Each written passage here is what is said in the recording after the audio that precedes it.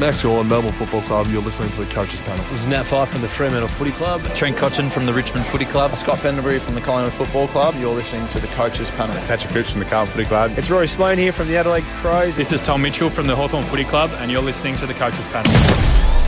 Hey friends, welcome back to another episode of the 50 Most Relevant. Today, we're about to exit out of the 30s because number 30 today is Essendon midfielder Darcy Parish. He was the breakout that went from, you're a decent footballer to an elite scoring fantasy option. He was phenomenal last year, and if you own Darcy Parish at any point in the first 3 quarters of the season, chances are he was a huge reason why you had a good 2021 year. Joining me on this episode, it's been a few days since I've had him on. I've got Rids back. Hello, mate. How are you? Yeah, good. How are you? I'm good. Look, Darcy's such an interesting player. When you run through the numbers and you look at him, sometimes you can feel like there's an obvious narrative around him. But nothing ever is as obvious as it seems, especially when you've got the variables of humans thrown into the mix. Last year, he was elite, just plain and simple elite. And if he was someone you traded into your team, and especially after round 6 or from round 6, chances are it went well for you. Just the 24 years of age, midfield eligible. And last year, he gave us some career high averages and career high scores. In AFL Fantasy and Dream Team, it was a 160 against the Richmond Football Club, while he nearly ventured into the 200 club in SuperCoach and Dream Team with a 190 against the Cats. He's priced at an average point of 105.4 in AFL Fantasy and 114 in SuperCoach. It sounds a lot, but it might just be value. In SuperCoach, he's going to cost you just over 620k, 885,000 in AFL Fantasy, and he is $800 shy of being 900,000 in Dream Team. Rids, when I think about Darcy Parish last year, I remember this time last year, there were people sending in questions to us around keeper leagues going, should I delist Darcy Parish? He feels like he's never going to get much more than a high 80s, mid 80s guy across the formats. I don't think it's going to work. Should I delist him? This was the narrative around Darcy Parish 12 months ago. Now the question is, he could actually be the top midfielder in the game if things go his way. Oh, yeah, he can. This guy's ceiling is wow-wee. This is crazy ceiling. But on the flip side, when he gets tagged, when he gets attention, when he drifts out the game, geez, that basement's as low as it could possibly be. You know, we're seeing 50s, 60s. Like, it's just hard to predict this guy because there's so much difference between his best and his worst. There's 100 points of deviation, arguably, week in, week out with Darcy Parish, which is what makes him so hard for fantasy coaches this preseason to place exactly what he could be. Because you look over what he did do for us last year. He ranked 2nd in the league for clearances per game, 4th for inside 50s, 5th for score involvements, 8th for disposals, 9th for effective disposals, important for us in SuperCoach, as is the fact that he was 10th per game for contested possessions. He's fantastic at all those elements. Let's break down the year even further. In Dream Team and Fantasy, that 105 average, 12 tons, 7 over 120. And you talk about ceiling, Rids. Here it is on display. Of those tons, 5 of them over 130 and 2 150 or higher. And just the 4 sub-80 scores all year, ranked 16th in those formats of Dream Team and Fantasy for total points. SuperCoach, average of 114, 14 tons, 8 over 120, 7 over 130, and an insane 4 over 150, including that 190. Like in DT and AFL Fantasy, 4 scores sub 80, but he was ranked 13th for points. If you pretty much brought him in, Rids, from round 6 onwards, when Dylan Shield's injury forced a coaching restructure from Ben Rutten, if you brought him in from that point in time, he was one of the best players going in the game. It's intriguing, isn't it? It's like opportunity. That's all he needed. All he needed. He just needed an opportunity. It's similar to what we said the other day. All Maynard's been wanting is an opportunity. Yeah, that's a good contrast. If we look at Parish, all he wants is an opportunity. He's been stuck on a high forward flank. But let's talk the elephant in the room, yep? Yep. Dylan Shield, Andy McGrath, let's talk Devon Smith, and let's talk Ben Hobbs. Even a Dry Caldwell throw in the mix of that too, yeah. Well, Dry Caldwell as well. But can Essendon fit all five, including Darcy, including Zach Merritt, including the others? Yeah. You know, I mean, Perkins was great. There was Stringer Cox out on had a some wing. CPAs, Stringer goes through there. I mean, can they fit all of them in the one midfield and they, you know, all get enough ball? Well, that's one the of the big things question. that I noticed. One of the big things with Darcy Parish was when he played that role, he would just find the ball. 30-plus disposals, 40-plus disposals. He was breaking records for Essendon. Yeah. One after the other and after winning the other. medals for best on ground, getting Brownlow votes. Amazing. It was staggering, wasn't it? Yeah.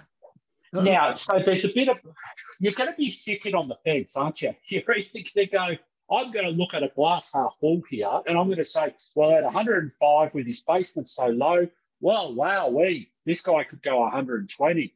Yeah. Or I'm going to be going, well, at 105, is that too much to be taking a punt that he is going to play first choice midfield for the whole season? So it's really one of those ones where you toss a coin. Pre-season watch, Maynard Cup watch. We should be definitely watching the Maynard Cup for this one. Definitely watching. Where does Shield play? I think so. Where does McGrath play? Yeah. You know? Those become the key questions. Because if you're looking for the upside of Parish, let me take you to that. Because in round 6 to round 16, in just a 10-game stretch, let me contrast him to Tom Mitchell, Clayton Oliver, Jack McRae, and Jack Steele. So 4 of the big boys across the formats. I won't include Took, not because it ruins what I'm about to share, but rather he only played 9 of those 10 games. He missed a game through there. So I just purely went for some of the biggest midfielders that played 10 games. In Dream Team and Fantasy, he averaged 127. And in SuperCoach, he averaged 139.8. Let me tell you what these other guys delivered. Tom Mitchell, 115 in Dream Team and Fantasy, 112 in SuperCoach. Clayton Oliver, 106 in Dream Team and Fantasy, 123 in SuperCoach. Jack McRae, 120 in Dream Team and Fantasy, 126 in SuperCoach. Jack Steele, 119 in Dream Team and Fantasy, 122 in SuperCoach. The closest of the big boys that got to him in that 10-game stretch was still 13 points per game away from him in SuperCoach, and that's Jackson McRae. The closest that got to him in Dream Team and Fantasy in that 10-game stretch was Jackson McRae, who was still 7 points per game away. He was 21 points almost, 21 points over Clayton Oliver. He was nearly 27 points per game more than what Tom Mitchell was giving you in SuperCoach. This is the upside that Rids you're talking about, while the downside, I suppose, is the fact when he did play with Dylan Shield, which is 7 games last year, he averaged 79 in Dream Team and Fantasy and 84.3 in SuperCoach. To put that into splits, he averaged 38.6 points more in AFL Fantasy and Dream Team when he played without Shield, and 43.8% more points, 43.8 more points in SuperCoach than without him. Even more specifically, if you want the numbers, over the final 5 games of the year. So even with Parish playing through the midfield then, 84.4 is what he delivered in DT and Fantasy, 87.8 in SuperCoach. That tells the story for us right there, doesn't it, Rids? It feels like at his price, we're either going to get 20 points of value or going to get shortchanged 20 points of value. I feel dizzy after that, MJ. That's a lot of numbers in there. A lot of numbers. I'm not a number guy by the best of times, you know, but I'm feeling a bit lightheaded now. Take a lie down and have another coffee. The reality of the situation is for Darcy Parish, it's very simple. Yes. What is his role? Good question. Who's fit? Yes. And what are they going to play if he continues to be in the midfield?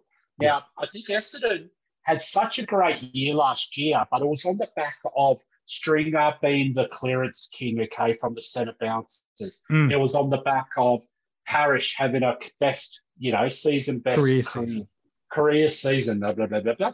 And then on top of that as well, it was on the back of people missing out through injury. Shield, McGrath, Caldwell. Yeah. Exactly. So where do these guys play when they come back? Because if Essendon are going to still rely on Stringer having those clearance numbers in the midfield and centre-bounce clearances, and Parish getting the numbers he did, that's going to only push a Zach Merritt out to a wing. That's only going to give opportunity for a Shield maybe to go half forward, McGrath half back. Whatever happens in that is going to be intriguing, because I can't see a world where Darcy Parish isn't in their first mid-rotations. Has to be off that season. Yeah, I just don't see a world of it. Yeah. I mean, we're talking, like, he was in Brownlow calculations late last year, Yep. He had that good a year. We're talking about a guy who, he didn't really win games of football, but he kept Essendon single-handedly in games of football that they weren't really, should have been in. Yeah. That's how good he played. I just don't know whether that's sustainable. And I think there was a couple of 60s late in the year, especially against Adelaide and GWS. Yeah, got some tagged attention. And none of them were really big taggers. Like you mentioned that Crows game. Harry Schonberg, just in his second season, who's never played accountable footy in that way, kept him to a really low score. So you're right. I think those are the concerns for us, is the role of him, the role around him, and how does he handle this bigger attention? Yeah, but he enters this pre-season now as potentially their number one mid. Yes, I think it's a fair call. They've got the whole pre-season working around what are they going to do? How's their midfield going to work with Darcy Parish as their number one mid? Yeah. That's how big it is. We just don't know. There's just too many question marks at this point in time. But the fact is, if he comes out and he goes bang, bang, okay, it scores 140 round one, 140 round two, and Jack Steele or Tuke Miller come out and you've started them and they go 90-90, are you going to be able to go Tuke to or a Steele to Darcy Parish after round two? That's a big conundrum right there. I can tell you now, though, the flip side to that is if you start Darcy Parish from round one and he doesn't set the world on fire, after 2 rounds in the limited trade formats, he's an easy trade out, yeah? Yeah, he gives you the look and see of those guys, yeah. Well, he's 130,000 less than Steele and Tuke and, around the $150,000 mark. So you could actually go and downgrade somewhere, get a decent negative break even, whoever, and get him up to one of those other guys that you weren't 100% sold on, if need be. Yeah. So there is a world where he's absolute. If you're keen on him, you start him. Yes. But there's also another world. If you're not keen on him, can you bring him in for one of the other guys that you are keen on after 2 good rounds? Yeah, and that's hard, man. That's a tough question. We've got very limited games last year with Parish as a midfielder, Shield, Caldwell, McGrath, Merritt all playing, and Stringer playing as a centre bounce midfielder. And when I say limited, I mean there's really one. And in terms of them playing full games. And probably that's the elimination final that didn't even count in fantasy last year. But for what it's worth, and it is the narrowest of games of data, 35 touch game, and he scored 122 in DreamTeam and fantasy, 169 in SuperCoach. And the Dogs even tried to tag him during that game because he was so influential early on in the game when it was a questionable. Like the halftime, it was 5 goals 4 to 4 goals 7. It was at that point that they tagged Parish, and the game was lost pretty much from that point on for the Bombers. So there is a world where he could be 20 points of value and be the number one, or pushing that mantle as number one midfielder. Oh, he could also just be the biggest burn man of the year. I just don't know, mate. He's so hard to place because equally they both feel viable. I just don't see him. Okay, and this is going to be a massive preseason call. Okay, so why not? It's January. It's the middle of January. Why not? This is going to be absolutely massive. So I'm going to make a statement now. If you like Darcy Parish, he has to be started with. I agree. Now, the reason why I say that is if you miss 140s, we know he's going to have 50s and 60s. There'll be tag later. games. Yeah. Okay, we know that's how it works. So you want to start with him and then move him on if it doesn't work out. Yes. I can't see a world where you would upgrade or trade him in or trade into him after round 2 if you don't start him. So I actually think he's one of those ones, and it's massive, massive risk, but the reward is stupidly crazy, okay? If you are big on Darcy Parish, he has to start in your team. Yep. That's just how I think of it. I think that's 100% right. If he does get off to a flyer, I don't even think you can upgrade to him. I just think he's a one and done. Yeah, it feels very mythical like that. It's the decision is made before the first bounce of their game against the Cats, of whether or not you're going to be on board or not. And there are always variables that come in the year that can change stuff. But I'm of that belief too. If you love him, there's enough upside there to pursue him, and you need to back that in. If you're hesitant now, the hesitancy will hang year round, and you'll always be nervous trading into him. For those curious about what his early fixture looks like, it's the Cats at the MCG, the Lions at Marvel Stadium, the reigning premiers Melbourne at the G, the Crows at Marvel, the Dockers at Marvel, the Pies at the MCG, and then they take on the Bulldogs and the Hawks. So most of the start of their year is Melbourne-based. Of course, that's all purely dependent on COVID variables throwing that out. They do not leave Melbourne until they get into round 9. They've got a couple of tough games there, the Bulldogs, the Demons, and maybe you could say the Lions. Could be some tough matchups through that midfield. But that's a pretty friendly fixture for the Bombers. And I don't see any scary matchups too much, especially over that first 6 weeks for him. Okay, so there's 2 things to this. The round 1 matchup, Geelong. Yep. He absolutely dominated against Geelong last year, okay? He did. But Mark O'Connor didn't play. He did not. That's true. Good catch. So if he dominated and Mark O'Connor's named round 1 and he's still in that tagging role, you can guarantee that's where he's going. Yes. He's going to Darcy Parish. Yep. Okay. It's a good catch. Because Darcy Parish absolutely smashed that game last year. Yeah, he did. Well, there was the 190 SuperCoach game. Yeah. If you like Darcy Parish, you're going to start with Darcy Parish and Mark O'Connor's not named for round 1. Happy days. You've got a VC captain option. Yes. That's how easy it is. Yep. So I absolutely think it comes down to it's personal preference. It's personal liking. I think at this point, the guy, you just got to go with him. Like, I mean, there's how many times through the seasons, okay, that someone absolutely loves a certain player. And as soon as they start flying, they're like, oh, I wish I got him. I wish I trusted myself. Who cares? But how many times have you actually said, oh, why did I start him? Oh, no. No one says that because you just trade him out and you move on. Just back yourself in. If you enjoy watching the guy play, and there's no reason why you don't, because this guy's an absolute beast in the right role. Yep.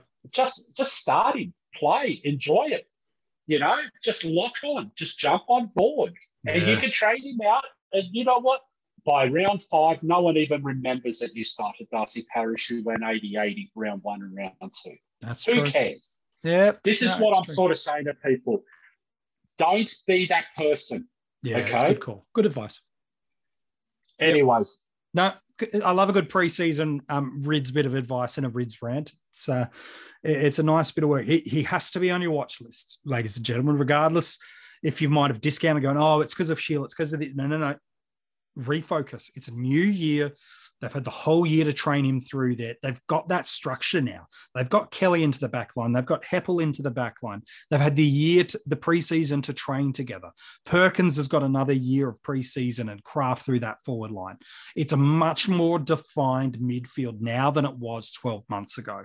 And so at the very least, consider and watch Darcy Parish, because he could be a make or break pick in 2022. Drafts is interesting for me, though, Rids. He's currently ranked just by points. He was ranked 16th in DreamTeam and AFL Fantasy Ultimate Footy format and 13th in SuperCoach. So he's top 20 on points. But I'd actually be a little surprised, given there are the variables around him.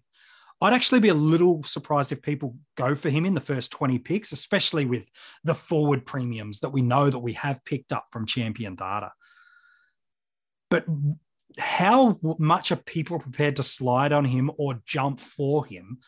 There could be a wide 3 or 4 draft round range from anywhere from the second round to the 5th round, depending on how bullish someone is about him.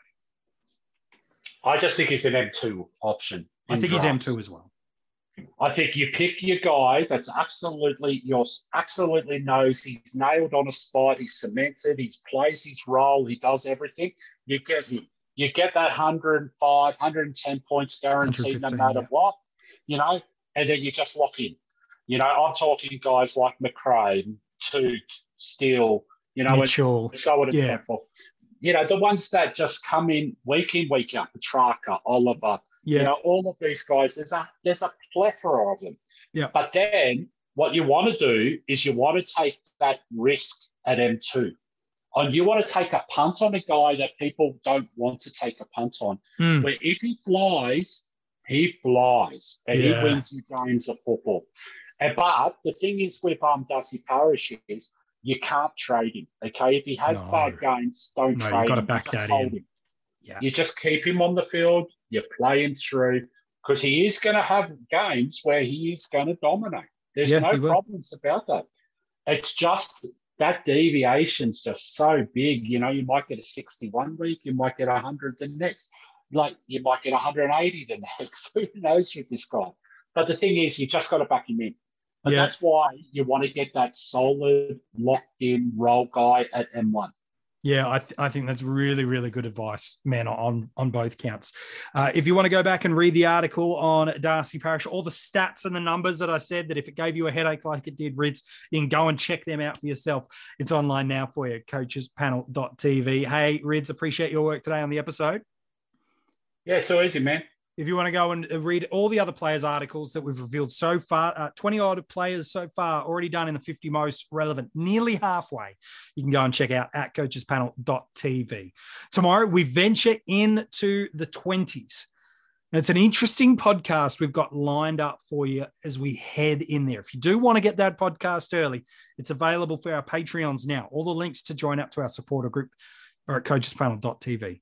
Number 29 has been arguably the most hyped player of the past 2 preseasons. And it might be a bit unfair, but he really hasn't lived up to the hype. Is it 3rd year lucky for this player? Who is it? And will it be his year in 2022?